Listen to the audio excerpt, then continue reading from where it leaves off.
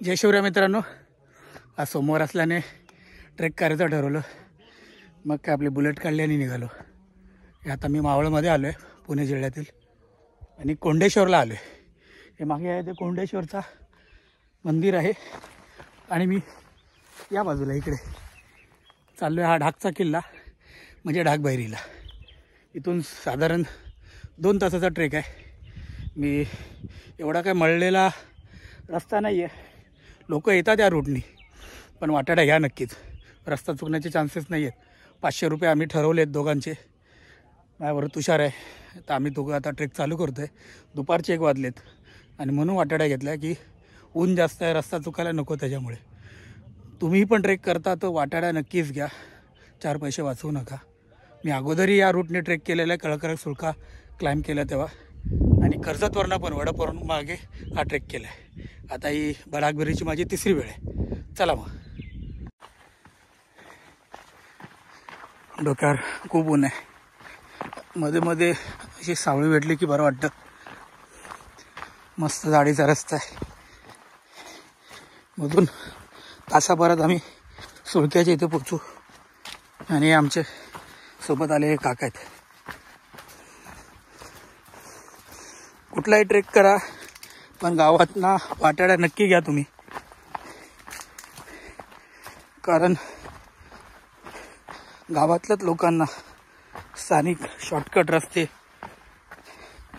आणि इतर जागेची माहिती असते.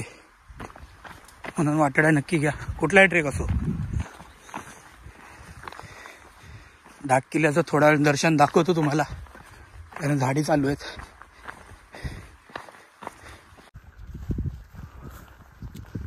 आणि हा बघा, हा ढाकचा किल्ला, आणि त्याच्या खालोखाल हा दिसणारा कळकरायचा सुळका.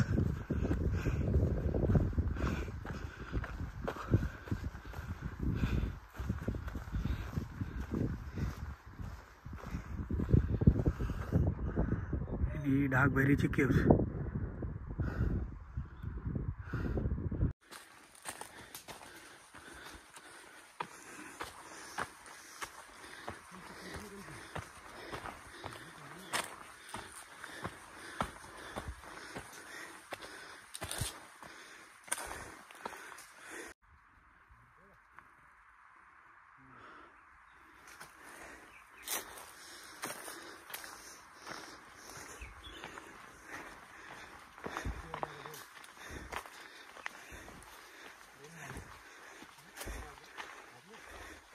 दोन वाजले.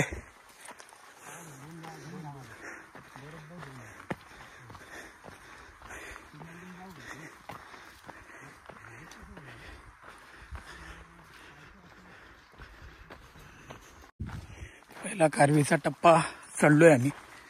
तो चढून परत उतरावा लागतो, आणि परतीच्या प्रवासाला चढावं लागेल आणि तो उतरावा लागेल. ऊन खूप आहे. ढाकबैरीच्या गुफेमध्ये पाणी आहे मात्र, पण प्रत्येकाने 2-2 लिटर पाणी या ट्रेकला कॅरी करा, कारण बेकार ऊन आहे. मध्ये मध्ये फक्त कारवीची झाडं दिसतात, बाकी मोठं कुठलं झाड दिसत नाही. सगळं वसाड आहे.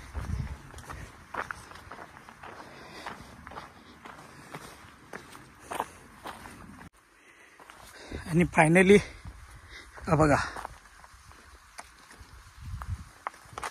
ढाकचा किल्ला आणि हा कळकरायचा सुळका. फायनली अजून ती चढ आहे. ही जी चढ आहे ती चढायची आहे. अजून अर्धा तास पकडा, आणि तिथून खाली उतरायचं आणि मग ढाकबैरीच्या केव्जला जायचं. असा हा ट्रेक आहे. हा कळकरायचा सुळका मी 2016 साली क्लाइंब केलेला आहे. चला, पुढची माहिती आणि ट्रेक दाखवतो तुम्हाला.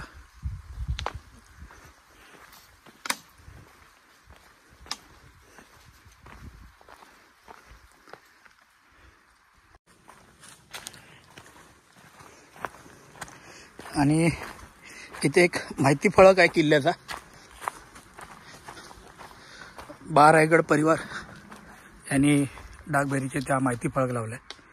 तर किल्ल्याच्या आणि गावाकडे जाणाऱ्या वाटा त्यांनी दिलेल्या आहेत. कुसूर घाट हा बॅक साईडला आहे, जो खाली आहे तो सांडशी, तिथून आम्ही मागे गेलेला, तिवेणी, कर्जत आणि हा कळकरायचा सुळका. आपण आता इथे या बाजूला खाली आहेत, हा सुळका आहे. आपण या ढाकबरीच्या केवच्या इथे जाणार आहोत. गडावर आता जाणं शक्य नाही आहे, कारण आता 2:30 वाजलेत आणि गडाचा पठार खूप मोठा आहे. गडावर काय काय अवशेष आहेत बघा. चौथरे आहेत, कोठार आहे, पाण्याचा तलाव आहे, पाण्याचे टाके आहेत, मंदिराचा चौथर आहे, पाण्याचे टाके आहेत, पाण्याचं रांजण आहे, अजून 2 पाण्याचे टाके आहेत, चौथरे आहेत, मुख्य दरवाजा आहे, तटबंदी आहे, टाक्यांचा समूह आहे, तटबंदी. ही सगळी माहिती नकाशाच्या द्वारे बारेगण इथे एक माहिती फलक लावलेला आहे. पाण्याचे हौद पण आहेत. तर आपण पहिलं ढाकबेरीकडे जाऊया. तिकडचा मी माहिती आणि व्हिडिओ तुम्हाला दाखवतो. चला.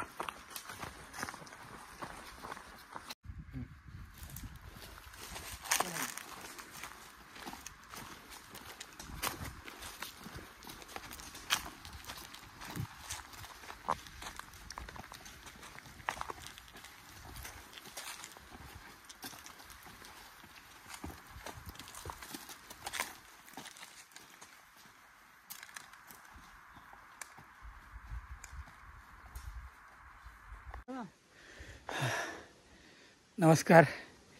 हा छातीवरचा चढ खूप भयंकर होता आणि आम्ही हा ढाकचा किल्ला आणि हा कलाकरायचा सुळका त्याच्या मी मध्ये आलो आहे. आणि इथून हे मामा उभा आहेत, तिथून खाली जायला रस्ता आहे. हा रस्ता एकदम सावकाशपणे करा, कारण खूप निसरडा आहे. म्हणजे नजर अटी दुर्घटना घटी, सरळ कपाळ मोक्ष कर म्हटलं तर म्हटलं माहितीचा माणूस, अनुभवी माणूस असेल तरच जावा, किंवा गावातनं वाटाड्या मामासारखे लोक येतात गावातनं. 4 पैसे जातात तुमचे, पण ते 4 पैसे वाचवायच्या जागामध्ये स्वतःचा जीव गमावू नका. तर गावातनं वाटाड्या घ्या. हे थोडा रिक्सी पॅच आहे. तिथून पुढे गावातल्या लोकांनी म्हणतात तिथे शिडी लावली आहे. पहिलं मी आलेलो तर पहिला लाकडी ओंडका होता, दुसऱ्यांदा आलं तर फक्त तिथे रशी होती, आता म्हणतात शिडी लावली आहे. तर आपण जाऊया तिथे, बघूया. चला. छानपैकी वारा आलाय आणि आमचा तुषार हा खाली उतरतोय. जवळपास 3 वर्षाने ट्रेक करतोय तो. कामामध्ये बिझी होता. तुषार, मी व्हॅलीतनं खाली उतरलोय आणि हा रस्ता ढाकच्या केव्सकडे जातो. फॉरेस्ट डिपार्टमेंटने म्हणा, गावकरी म्हणा, इथे अशा रोप्स आणि साखळ दंड लावले. त्याच्या सहाय्यानेच उतरायचा प्रयत्न करा, कारण खाली बघा पूर्ण कोळदरी आहे आणि या बाजूला वरती ढाकबेरीची गुफा आहे.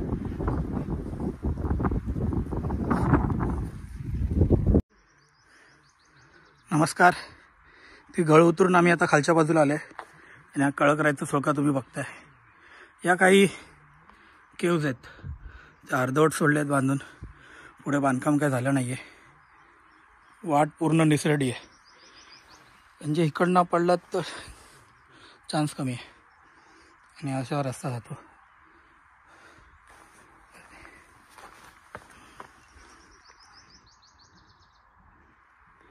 हां, चला का. हे असं चढायचं असतं रोपच्या साईने. आणि इथं वरती ती गुफा आहे. अतिशय शिस्त पद्धतीने चढा. खरं म्हटलं तर घाई करू नका. प्रत्येकाला मार्गदर्शन करा इथं ट्रेक करते वेळी. हां, जय शिवराय मित्रांनो. काकांसोबत आम्ही वरती चढलो खरं, पण काही स्थानिक गाववाल्यांची पूजा चालू होती, त्यामुळे आम्हाला तिथे व्हिडिओ कॅमेरा अलाउड केला नाही त्या लोकांनी, फोन वगैरे. त्यामुळे मी खाली उतरलो आणि आता ब्लॉग संपवत आहे खरं म्हटलं तर. कारण ते लोक बली वगैरे देत होते बकऱ्यांची वगैरे, त्या स्थानिक त्या लोकांची परंपरा आहे, त्याप्रमाणे ते करत होते. पण मला मोबाईल शूट अलाउड केलं नाही त्यांनी, त्यामुळे मला तिकडचं शूट काढता आलं नाही. तर कसा वाटला ब्लॉग? एकदम उत्तम ट्रेक आहे खरं म्हटलं तर. जर तुम्ही लोणावळा मार्गे येत असाल तर हा 2 तासाचा ट्रेक आहे, आणि खालून कर्जत मार्गे येत असाल तर हा खूप हेक्टिक ट्रेक आहे, कारण तो मी केलेला आहे. तो नाईट ट्रेक केलेला मी आणि दिवसात उतरलो आहे, तरी तो खूप मोठा ट्रेक आहे वाटतो मला तरी. हा उत्तम ट्रेक आहे. तुम्ही या, नक्कीच गावातनं वाटाड्या घ्या. माझा ब्लॉग कसा आवडला हे तुम्ही कमेंट करून सांगा आणि आवडला तर नक्कीच शेअर करा आणि आपल्या मराठी यूट्यूब चॅनलला सबस्क्राईब नक्कीच करा. जय शिवराय, जय महाराष्ट्र.